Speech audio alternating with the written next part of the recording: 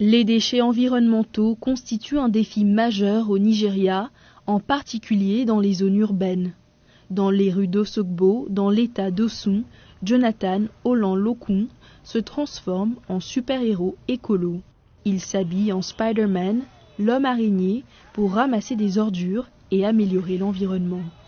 2004 est l'année où j'ai commencé à faire mon travail d'activiste environnemental. Je nettoie les rues, j'explique aux gens comment ils peuvent garder leur environnement propre, mais beaucoup de personnes ne me prennent pas au sérieux. Cela me rend triste, mais cela ne m'empêche pas de faire du bon travail. J'ai continué à faire cela jusqu'en 2021, puis j'ai commencé à porter le costume de Spider-Man, l'homme araignée, et là j'ai vu des résultats positifs. Les gens ont commencé à me prendre au sérieux et j'en suis heureux. Je suis content que les gens soient désormais plus soucieux de leur environnement. Le costume de Jonathan lui permet de se faire remarquer et d'attirer l'attention sur le problème des ordures dans les rues.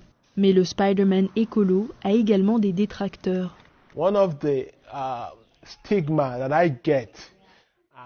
L'un des préjugés dont je fais l'objet lorsque j'enfile le costume de Spider-Man, ce sont les critiques en ligne et hors ligne. Les gens me trouvent corpulent, ils disent « voici Spider-Man » avec une bedaine. Alors je leur dis qu'ils devraient laisser mon ventre tranquille, ils devraient laisser mon physique tranquille. Nous devrions plutôt nous efforcer de créer une société sans ordures. Nombreuses sont également les personnes qui jugent le travail de Jonathan remarquable. Je remercie cet homme pour ce qu'il fait. Il rend notre environnement propre. L'un des principaux défis de la gestion des ordures au Nigeria est le manque d'infrastructures et de ressources adéquates pour la collecte et l'élimination des déchets.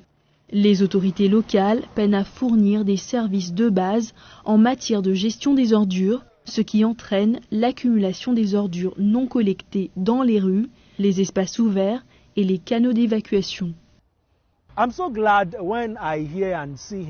Je suis très heureux de le voir faire ce qu'il aime à sa façon. Et pour moi, c'est très louable. Nous ne pouvons pas tous attendre que les gouvernements le fassent pour nous. Nous devrions en fait montrer à l'État ce qu'il faut faire en mettant en place ces mesures que le gouvernement pourra imiter.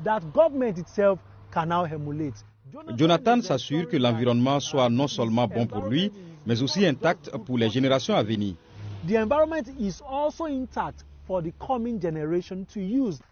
Chaque année, les Nations Unies estiment qu'environ 11,2 milliards de tonnes de déchets solides sont collectés dans le monde. À l'origine d'environ 5% des émissions mondiales de gaz à effet de serre, ils représentent une menace importante pour les écosystèmes et le bien-être humain.